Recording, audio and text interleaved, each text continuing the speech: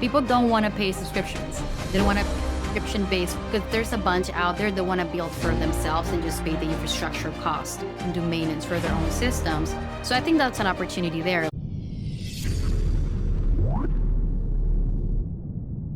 Today on our podcast, we have a special guest who is Karen Farrah, the CEO and founder of the Melting Pot Studio. Karen, thank you for being here. Tell us more about yourself and what is the Melting Pot Studio all about? Thank you, Sam, and thank you for this space. I'm super excited to be here, just sharing value and adding more value to your audience. So yeah, I'm Karen here. I always say I'm a cool Karen. But yeah, that said, the Melting Pot Studio, it's a young tech firm. We always say that we don't sell technology. We solve and scale business with technology. So we're Salesforce partners. We're partners also with Google. We also have a giving component to our company. We give 1% of our resources to building tech equity, which I'm a huge advocate for. We try to find problems and gaps within businesses in their operations, their growth, scaling, their marketing, and then we solve that with technology, whether that's moving from on-premise technology to cloud, implementing AI automations, just AI intelligence and data intelligence, data hygiene, and everything that comes with it. A huge component of our company is education. A lot of people overburdened with all the advances in technology and in the industry want to be a part of it, but they don't know how. So that's the top of the funnel for us, is just sitting down with founders, decision makers at companies, understanding where the gaps are, how would they like to get on the wave of digital transformation, and we just help them take the right steps. So we do know a lot about stuff out there so we can solve complex problems. So I always say that we're jacks of all trades, if that makes sense. But yeah, we focus on unifying fragmented systems and making sure that businesses can see an upside in investing in technology, which is a huge lift for internal teams. Yeah. Okay. So basically, if I understood well, your current customer are other businesses. Is that way? Auto is definitely one of them because it's an industry where there's a huge growth for digital transformation and scalation, but it's any small, mid-sized, and enterprise business with their own level of challenge. Founders, solopreneurs, or small businesses is making sure that a lot of people that come and they've been growing really fast, but they don't know how to scale their system to support that growth. So people that are going through maybe that. Then mid-market businesses. Hey, we have the data, we have all the resources to do something with it, but we don't know what to do with it. Help us unify our systems. And then enterprise, more stable companies are looking to grow and then scale in terms of their initiatives. So we offer a huge umbrella of offering and ICPs, if that makes sense. And are you guys operating only in the US currently, or you guys are international company? We're global. We have onshore and offshore teams. I would say 90% of our clients are in the US. So concerning your role on your business, what's one decision in your career that completely changed your trajectory? Oh yeah, 100%. That's a great question because my career personally, it's been a roller coaster. I'm a civil construction engineer by profession. So I started doing construction almost 10 years ago. The biggest decision I made that had the most impact is transitioning into tech. I exited one construction tech company, again, almost 10 years ago. It was successful. It had an emerging and immersive tech component, which spiked the valuation. An entrepreneur knows when to get in and when to get out.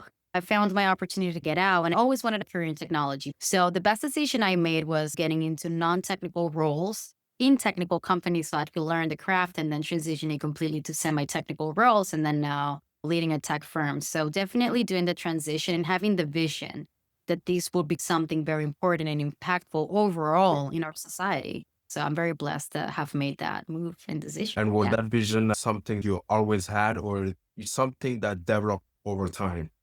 No, that's a great question. I've never been asked ever since I was a kid. I was a video game kid, right? So I was always close to creative tech. When I was in elementary school, even high school, I was always an entrepreneur. I would have a small business that would jailbreak iPhones and iPods. I just didn't have the institutional knowledge to carry that forward, but I've always wanted to be close to technology and learning about these things. Like did I learn how to jailbreak iPhones? Literally watching YouTube videos, like fail in a trial. So I always wanted to do this. It's just that I went into construction because I saw the vision more of like, how can I make a long-term profit out of something? So construction has always been a big operation with big upsides, and I've always wanted to have a business too. So I never wanted to be a construction engineer, it was just to have a business. So I had to learn the craft through a lot of calculus and math and through the whole professional career. But yeah, I always wanted to be in technology, always had the vision that I wanted to do this. Ever since I was a kid, I saw that was the future. With iPods coming into app stores, games, I wanted to build games at some point as well. So I always had that vision for sure. Cool. So you always had that entrepreneurship mindset at your core. And I come from a family of entrepreneurs, so how can I not? It was the example I always saw. So I'm very blessed and lucky that I'm here now and able to carry on with the legacy. Absolutely. That's fantastic. Would you make the same decision again today or do something different? Actually, no, I would follow the same exact steps. I have a much bigger umbrella of knowledge. I have knowledge of the digital world, working in technology, but also how to build physical shelter, which will never be replaced by anything digital. I'm equipped in my toolkit to do things in the 3D physical world, but also make it happen in the digital world with my knowledge in marketing and advertising, which is a big part of my career. Mixing Yeah. that with technology, my toolkit is very rich. So I wouldn't do anything different. Okay. Because there's a saying that if you're not happy where you are today, then you should not be happy with all the decisions that you made before. Because if you change what you did before, then you won't be where you are today. I find what you say very interesting, and that's what matters the most. Man, I wouldn't be who I am today without having gone through all the experiences and ups and downs in my career. I think that's what we're here to learn and become better, change opinions, and also do a lot of retrospective. I'm very proud of my journey, whatever connotation other people might give it. For me, it was ideal. So that's why we're here today talking about it. So There's something that I was thinking about. In my environment, most people don't really know what's the role of a CEO or of a founder. So can you say what's a misconception that people often have about your role? yeah, oh, definitely. Even I'm guilty of thinking that before I went into this role almost 10 years ago. It's like, oh, CEO just goes out and does networking at cool Yeah. events. It depends on how the person themselves takes on their role. It's more leadership. It's leading from all angles. When you're a CEO and more of a founder, because you can be a CEO, but it's not your baby. But when you're a CEO and it's your baby, Yeah. it's like literally learning how to delegate and create strong leadership so you know your baby's built well taken care of and you're bringing interest from your vision and mission to your business. That's a misconception. People think a CEO is only going to cool events, doing golf, and trying to create relationships. So creating relationships is a huge part of this. But from what intention, what angle? Is it only creating relationships and looking cool? Or is it because you're finding the people and the businesses are aligned with your vision, your mission, and you're leading with that? That's my style. I always lead with our vision, our mission, and try to attract attention to us and the right type of attention, creating that sort of leadership across departments so they understand what we're aiming for, but also being grateful to our team because they're investing their time every single day on my dream. They're aligned with my dream. So how am I giving back to them? Making myself sure that I'm embedded in every single part of the projects that we're leading as well. Clients also want to work with you. Again, at the end of the day, you created this mission, this vision. So how are you embedded in the operations of your business? CEOs get detached from the day to day thinking, hey, I'm the CEO, I'm such a head of a company. Let me go and just disappear and bring some business little by little. It's not about that. It's just making sure you have your foot in every single department and you're touching on every single department and making sure you're creating relationships, not in the external world, but internally in your company, making sure that everybody feels valued. I went into 9 to 5s after I exited a business before getting into another business because I wanted to learn the feelings. I wanted to learn the challenges within a staff. Yeah. So it's always good to feel appreciated. And that's something I wanted to feel when I was someone else's staff. I'm trying to lead more from how I wanted to be treated when I was in that position.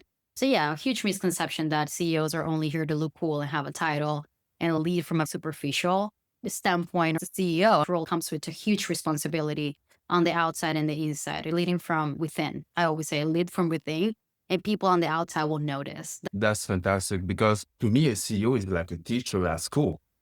You're there in front of your student and you're teaching them how to operate, how to do things. So if you don't teach them correctly, how are they going to evolve?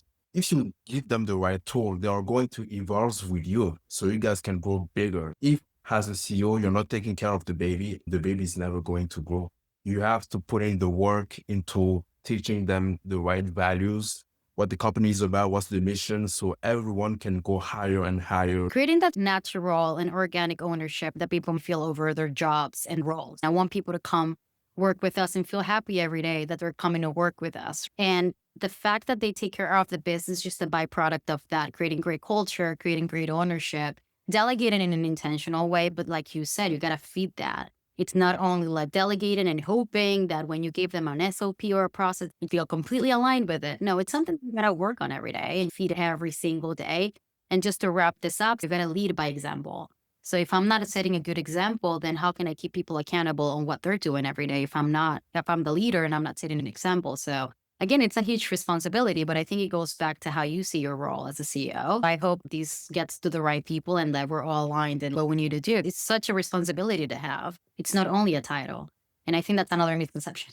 Yes, So absolutely. Because most people are afraid of the mistakes. So if you're not willing to commit more mistakes and learn from them, then you're never going to evolve because there's nobody that becomes successful without the mistake. The mistake makes you successful.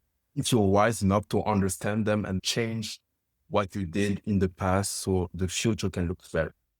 I can have said that better. You're here not to be perfect, just to make mistakes and then building the right systems to then keep solving them because they're never going to stop happening. Just become better at avoiding them or fixing them. So focus on how you approach challenges because challenges are part of the journey. They just get harder. It's just how to you to approach them. And I think that's super interesting on our end. I think we're problem solvers based on the nature of the work that we do. Yeah, Apply a lot of that to ourselves.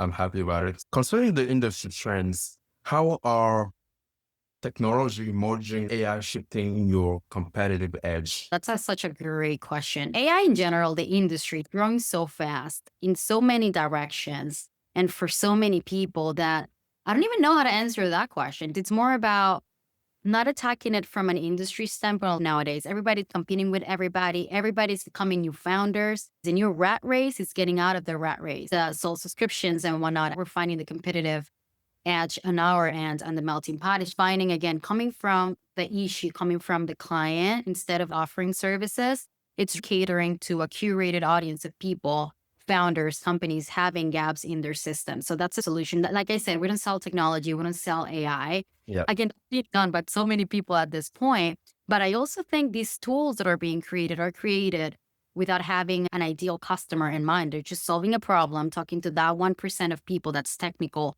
that get it. So we get the 99% of the market share, people that don't get it, but they want to get on the wave. And we're just like, hey, the issue that you're either having issues with your rev ops, your marketing, your operations and finance. How do we help you automate that? And then come from a more value perspective of this is what means for your cash flow. This is what means for you and your return. And then we fix those issues again with proprietary solutions, whether that includes automations, which is not necessarily AI, or do we make it autonomous with AI? Do you even have the data? So I think that's how we stay competitive. It's more about how do we earn that trust from clients that are completely overburdened and overloaded with so much information every single day coming. You got to earn that trust. That's the soft skill side of things that we take a lot of pride on into making sure that we embed ourselves in the issue and the feelings that you're having and then take it step by step. Do you have good data hygiene? Do you have data that we can clean up and structure? Let's teach you about the data you have and the insights that you could get from it that then can become into actionable output. And then let's put automation in place. Then let's put the AI on top of it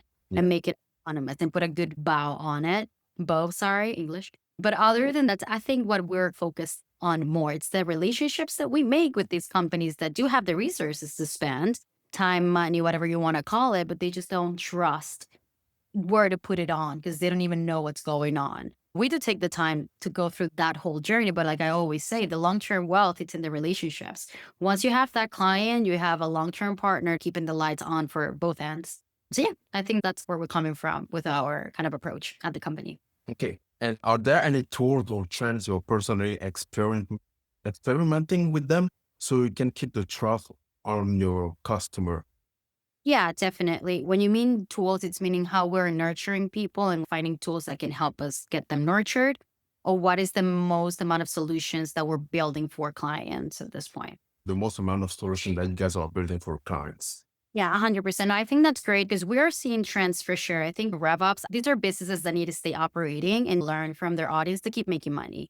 So I think most of the solutions that people want to develop for themselves in our roster is how do they get customer acquisition? How do they take the data from clients and turn that into insights for future cold audiences? And then automate content creation, marketing funnels using those insights. So a lot of solutions have to do with customer acquisition and how they learn from their current roster of clients. So a lot of marketing ops, also finance, billing more than anything. You would be surprised at the amount of companies that they're giving service without even billing people because the billing process on their end is still so Yeah. manual. they're just like giving away service or not intentionally servicing people because they're not even charging for it. They have overdue invoices that haven't sent and whatnot. So even simple stuff like that, we're helping automate and then build autonomous business on top of it. What else sells? A lot of sales nurturing automations, right? Email marketing for sure, cold email marketing sequences, and how do we build agents that can first scrape potential clients and then nurture them. Everything goes back to rev ops and marketing ops more than anything. Definitely operations in the finance vertical. More than that, it's customer acquisition. Growing fast once they can scale enough to support the growth is how they can keep growing with acquiring more customers. And like I said, a lot of people are acting without really knowing what's resonating with the current people that converted. I do see a lot of hunger for learning about what's working so people can stay intentional in spending more resources on what's working. We're happy to build customer acquisition systems for these companies for sure. A lot of phone AI powered solutions like voice AI powered solutions as well. So hotlines to gather feedback. People can call and just like easily just offer feedback through a hotline that's AI powered. So we're building that as well. And for our enterprise clients, we're also building AI powered voice lines for customer support, customer success, and ticketing. We can keep humans more focused on problem solving away from the admin work of shuffling calls. Those are the trends I've been seeing so far. Yeah, because I think that it all comes down to the system that people are implementing in their company. Because with the rise of AI right now, every company are trying to stay relevant and adapt it as fast as possible with the right kind of automation or system so they can go higher and higher. So the company that are not using AI right now, I think they will stay behind because it's a question of adaptability. But if you don't adapt very quickly with the market changing right now, you're gonna stay behind and there will be nothing you can do. Concerning the rise of AI, where do you see the biggest opportunity for AI to create real business value, not just hype? Yeah, I agree with you. I think solving micro problems within companies like customer success, support ticketing, invoicing, everything that we're doing, they're micro problems within companies that at the end of the day, they compound to be huge problems that affect their return. Yeah. So I think that people now, and that's one trend that I see people now getting into, it's productizing the service, meaning creating agents, which is basically a product that people put behind a UI and it's a SaaS. So again, there's very blurry lines, but I think solving micro problems within companies that at the end of the day create a compounded amount of time saved within companies, they earn money, save amounts of money and compounds amounts of money. So I would say that's one trend that I've seen. And a lot of other things that I've seen, like how do we build cater to you? Even if it exists in the form of a subscription based product already, how can we replicate that for your exact problem database and data structure, and then solving micro problems through automation and making it more agentic with AI. So I think that's the best point of entry in working with people. That shows value right off the bat. If you put together a system that's automated, you're going to see a change or an upside right off the bat. And that's how you earn that trust to keep selling and upselling to this client. I would say definitely getting through micro problems that you can fix through agentic AI, automations, cloud. That's the sort of tech equity that we're trying to build. People are going to stay behind. So how can you bring them? It's not even at the people level, it's company level that you need to bring them forward into this new era of cloud technology, data, and AI. How do you bring them in as fast as possible, showing as much value as possible, the fastest? So they're comfortable. You're dealing with personalities here. From my perspective as a tech firm, we're dealing with a different bunch of personalities coming from a bunch of different backgrounds. They're not all going to be comfortable with the same type of learning curve. So you need to cater to what works for them, what works for their type of also in the speed of learning from them to learn of these systems. Well, that's how we found our pot of gold. That's how you earn the trust. And it's all coming down to trust. People will convert out of trust, out of feeling. It's a very feeling centric action. I think that's how we want to frame it. I absolutely agree with everything that you said. I also see that you're very familiar with AI agents, automation, and systems. Are you already exploring that opportunity or is it still in your radar for your future? No, definitely exploring that right now. It's part of our toolkit and our offering. When you see the journey of our customers, I think that's the end of the offering. Once we have your data cleaned up, structure, you're comfortable with the automation, then we offer the agentic piece. So we can wrap it all up and delegate it to an agent at that point once you're comfortable with the entire journey working in an automated way. So definitely part of our service and our offering. It's like we're not going to just put an agent right in front of you if you don't even know where it comes from. But yeah, definitely we're on top of it. And that's our main offering. That's how we solve the micro problems that I mentioned. It's your agentic for sure. And concerning your future goals, what would your ideal company setup look like if you could rebuild it from scratch today? That's a great question. And I think, like any other company, there's rooms for improvement. And again, even more with how fast the industry is moving.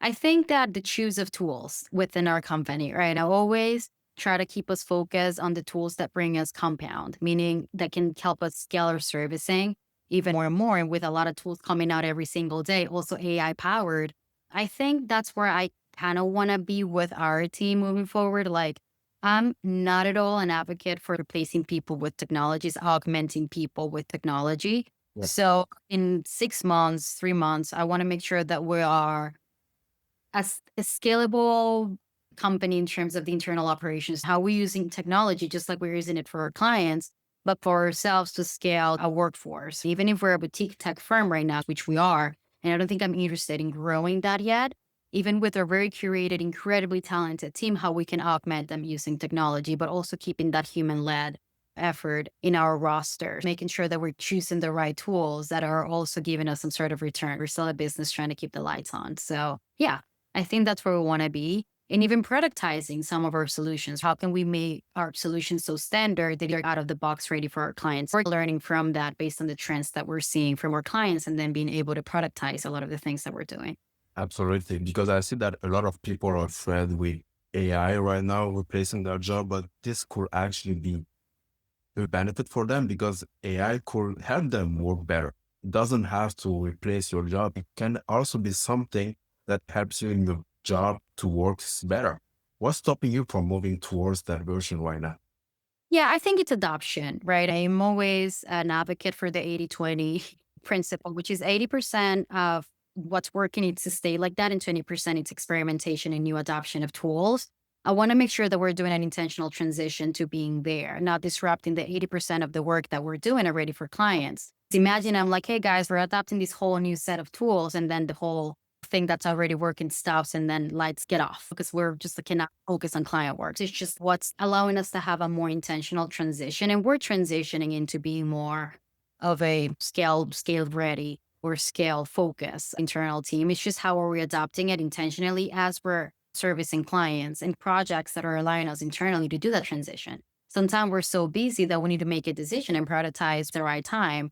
If we're working on a huge project that needs to have a lot of red tape, I don't think that's the right time to start transitioning into something new. But if we have a more relaxed, a project that gives a better runway to start transitioning within that project to other tools and testing them on the go, I think that's a better choice. But it's about choices and prioritization. We're just doing that transition more intentionally, but we're definitely on it. So as long as we're doing it little by little, we're going to see the return little by little, but we got to start somewhere for sure.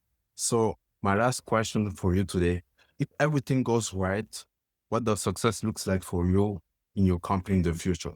Yeah, that's a great question. For me, the success is we're still a boutique tech firm servicing with intention. We have a set of clients. We can definitely bring a lot of value to, but they can bring value to us in terms of interesting projects, projects that help us scale within our own internal knowledge, and that we can have more, again, out of the box ready solutions for clients that we can just allow us to scale the servicing that we have while staying still very boutique with the headcount that we have. Where nowadays you see a lot of one founder companies creating a huge amount of resources out there. I want to stay like that from a tech firm perspective. So for me, it's that not staying the same as we are right now, but staying the same in the terms of growth. Because I think growth is great, but I don't think I want to be there yet as we're servicing so many people, but servicing more people. And while integrating scalable tools internally, we can then service more people with the current resources that we have Yeah. and creating a lot more impact. And I think also on the giving aspect of it all, which is a huge part of our mission, making sure that we're constantly giving to charity, giving to building tech equity, because this is not stopping. The growth that we're seeing in the industry is just going to accelerate. So how can we make enough resources so we can also give out to other companies and other charities, creating and supporting that tech equity aspect of it all in 6 months, 3 months, 5 years? I want to make sure we have our footprint in that impact, creating that runway for people that want to be a part of the way and don't know how. What makes that version of success meaningful to you personally? Oh my God. I think it's very personal. That's why I wanted to make it part of the forefront of how we approach things in the company.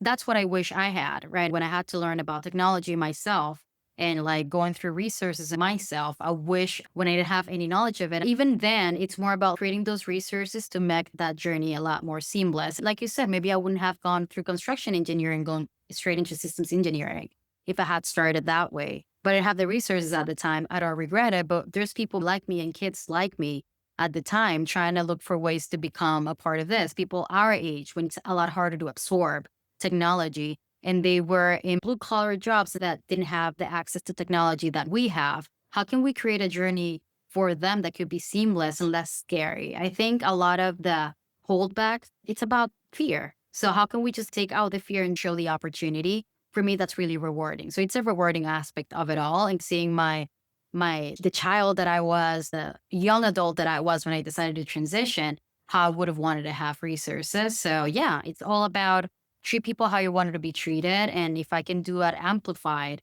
through the mission of our company, why not? And also making life easier for charities that are trying to do this very hard job. How can we also help on that side of things? Nonprofits have it very heavy. How can we support them as well with resources? Because the work that they do, honestly, is just unmatched. So yeah, just create an impact all around.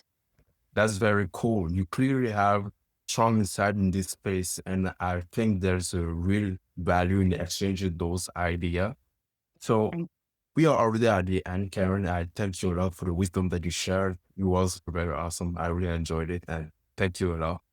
Thank you, Sam. Thank you for the space and for everyone out there. I mean, act with intention, keep doing what you're doing, and keep learning. I think that's the best way for ideas to come out from lessons and needs. And again, Sam, thank you for the space.